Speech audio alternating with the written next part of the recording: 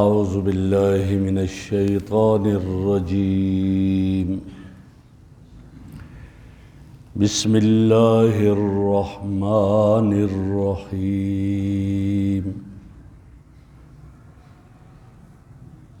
یسألونک عن الیتامی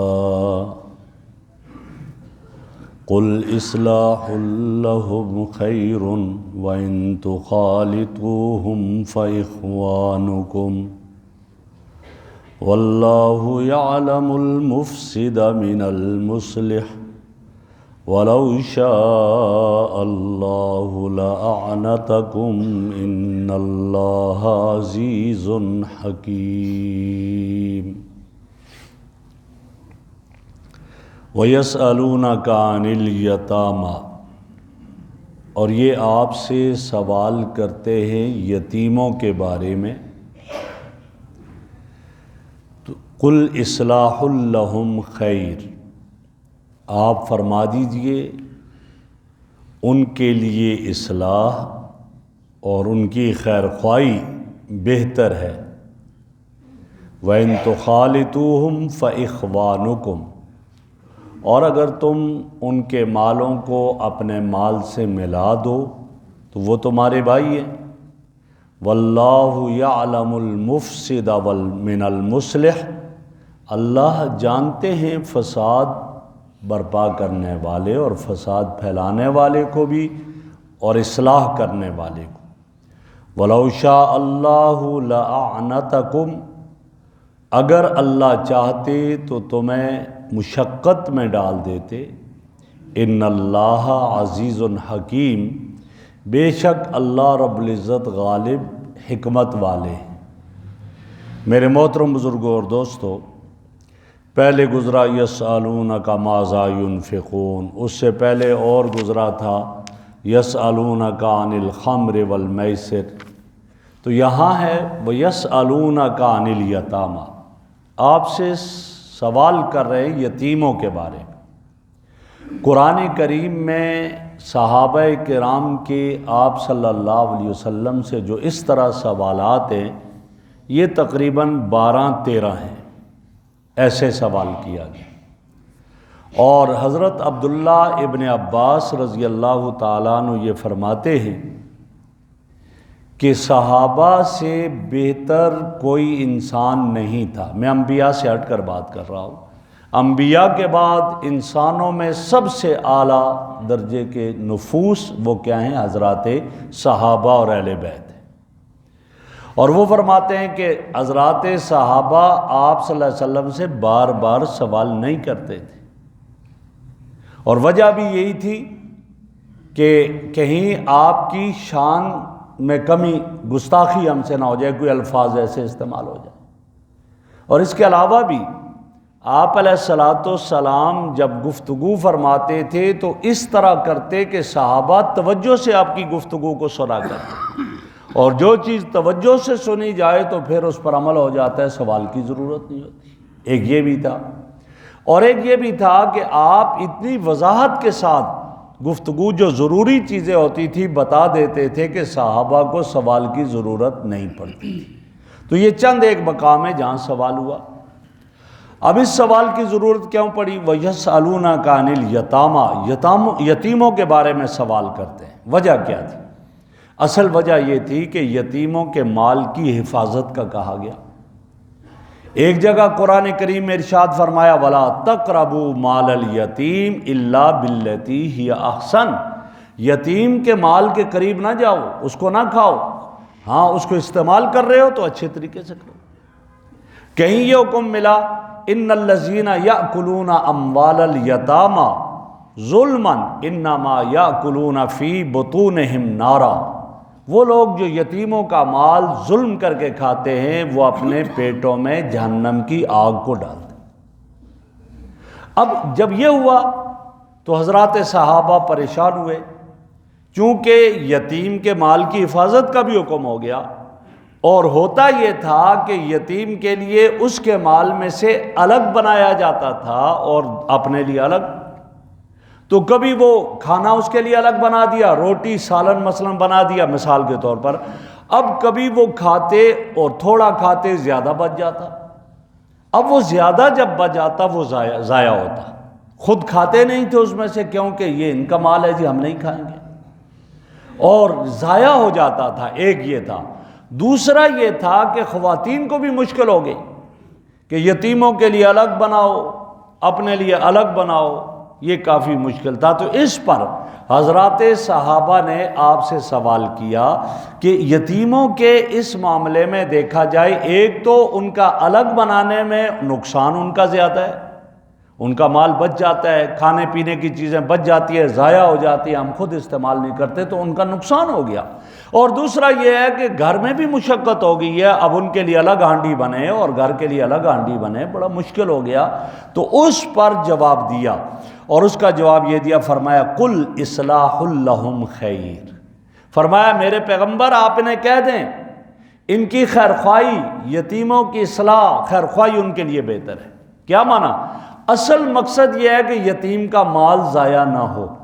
جب یہ اصل مقصد ہے یتیم کا مال ضائع نہ ہو، تو اگر ان کا مال اپنے مال کے ساتھ ملا کر استعمال کرتے ہو اور اس کا مال رہ جاتا ہے، بچ جاتا ہے، ضائع نہیں ہوتا، تو یہ بہتر ہے، کوئی اس میں حرج نہیں ہے۔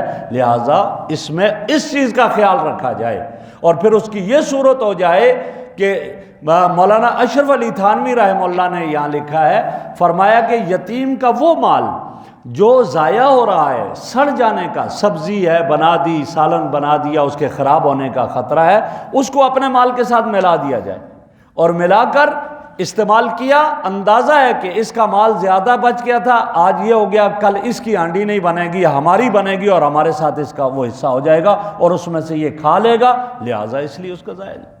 اور اگر اس کے ضائع رکھنے میں ضائع ہونے کا خطرہ نہیں ہے، پھر ان کا الگ رکھ دیا جائے۔ اور اس میں یہ بھی کہہ دیا کہ پھر آپ یوں کریں کہ آپ مثال دے دی گئی کہ اس طرح کر دیا جائے کہ مثلاً آپ کے گھر میں ایک یتیم بچہ ہے، 8 سال کا بچہ ہے، آپ کا اپنا بیٹا بھی 8 سال کا ہے، آپ کا بیٹا 8 سال کا کیا کچھ کھا سکتا ہے، کتنا کھا سکتا ہے، یتیم کے مال میں سے اتنا اس کے ساتھ ملا کر آپ بنا لو اور وہ کھا لے، اور ان میں کوئی کمی زیادتی ہوگی اللہ معاف فرما دیں گے۔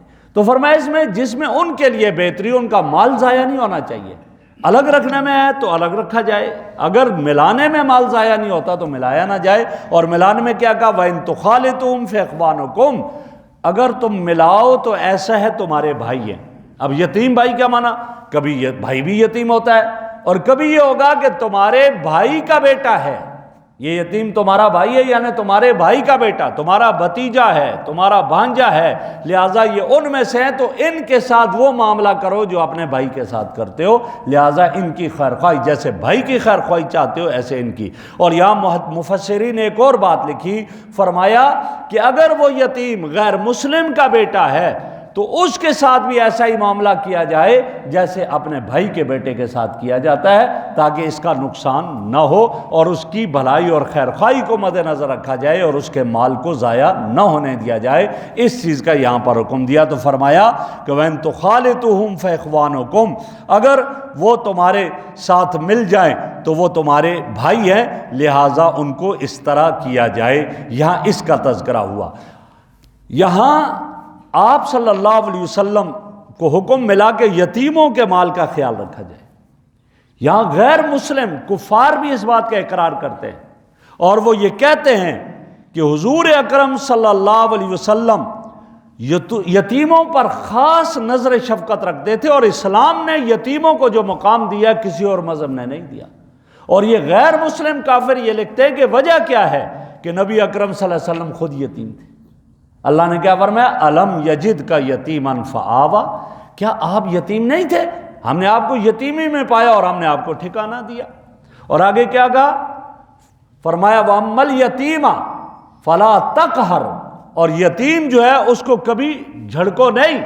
لہٰذا یہ حکم ملا تو فرمایا جو یتیموں پر آپ شفقت فرماتے تھے، اور جو اسلام نے یتیموں کو یہ چیز عطا کی، فرمایا یہ بہت بڑی اسلام کی عظمت ہے، لہٰذا اس لیے آپ خود بھی یتیم تھے، اور اس لیے کہا۔ تو یہاں ایک اور بات معلوم ہوئی کہ یتیم کو ڈانٹنا نہیں چاہیے، لیکن اگر کبھی اس کو ضرورت پڑتی ہے اس کی اصلاح کے لیے ڈانٹ کی، تو ڈانٹ ڈپٹ کی اجازت ہے شریعت میں، لیکن یتیم کو مارنے کی اجازت نہیں ہے، یتیم کو مارنا نہیں چاہیے۔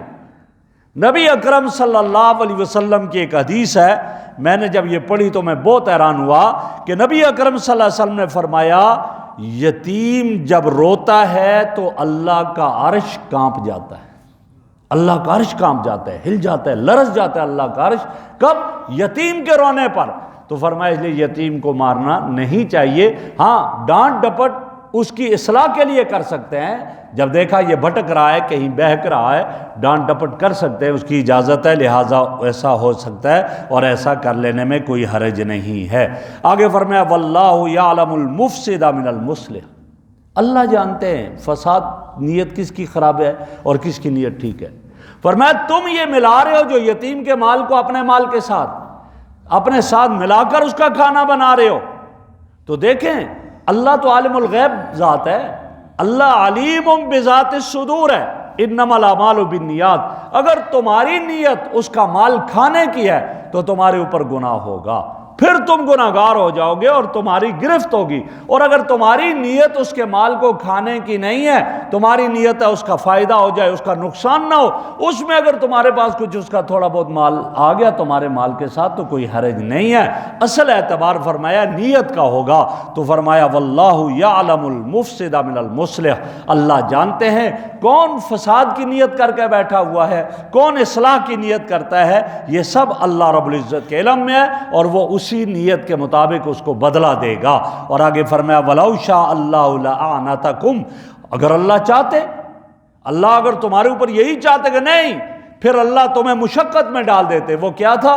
کچھ بھی ہو جائے یتیم کی ہانڈی الگ بنانی ہے، اپنی ہانڈی الگ بنانی ہے، پھر یہ ہوتا، لیکن اللہ تمہیں مشقت میں نہیں ڈالنا چاہتے۔ اللہ یہ چاہتے ہیں کہ یتیم کا بھی نقصان نہ ہو اور تمہارے اوپر بھی حرج نہ آئے، لہٰذا اللہ رب العزت یہ چاہتے ہیں۔ اور آگے فرمایا ان اللہ عزیز حکیم، اللہ رب العزت غالب ہے اور حکمت والا ہے، کوئی اللہ رب العزت کا ثانی اور ساجی نہیں۔ اور اللہ رب العزت یہ جو حکم دیتا ہے اور یہ اللہ کے جو احکامات آتے ہیں اور ارشادات آتے ہیں، لہٰذا ان میں حکمت کیا ہے یہ اللہ ہی بہتر جانتا ہے، آپ تو صرف اس کے حکم کو مان لیا کرو، بس اس کا حکم آ گیا میں نے مان لیا، اس میں حکمت کیا ہے وہ حکیم ذات ہے، وہ اس حکمت کو جانتا ہے۔ میرے علم میں اگر نہ بھی آئے تو کوئی حرج نہیں ہے، مجھے اللہ کے حکم کے سامنے سر تسلیم خم کر لینا چاہیے کہ بس میرے رب کا یہ حکم ہے، میں نے مان لیا۔ اور حضرات صحابہ کرام رضوان اللہ علیہم اجمعین، ان کا یہی حال تھا کہ جب اللہ کا کوئی حکم آتا تھا پھر وہ سر تسلیم خم کر لیتے تھے، بس مان لیا اور زندگی میں لے آئے، یہ نہیں دیکھتے تھے کہ اس میں حکمت کیا ہے، کیوں ایسا حکم آتا ہے، نہیں، انہوں نے مان لیا اور اسی میں تو ان کے لیے پھر بہتری کا حکم آیا۔ اور کیا آیا؟ رضی اللہ عنہم ورضوا عنہ، اللہ ان سے راضی اور وہ اللہ سے راضی ہو گئے۔ اللہ رب العزت ہمیں بھی عمل کی توفیق عطا فرمائے۔ الحمدللہ رب العالمین والعاقبۃ للمتقین والصلاۃ والسلام علی رسول محمد وآلہ وصحبہ اجمعین۔ سبحانک اللہم وبحمدک نشہد ان لا الہ الا انت نستغفرک ونتوب الیک نستغفرک ونتوب الیک۔ صلی اللہ تعالی علی خیر خلق محمد وعلی آلہ واصحابہ وآل بیتہ اجمعین برحمتہ۔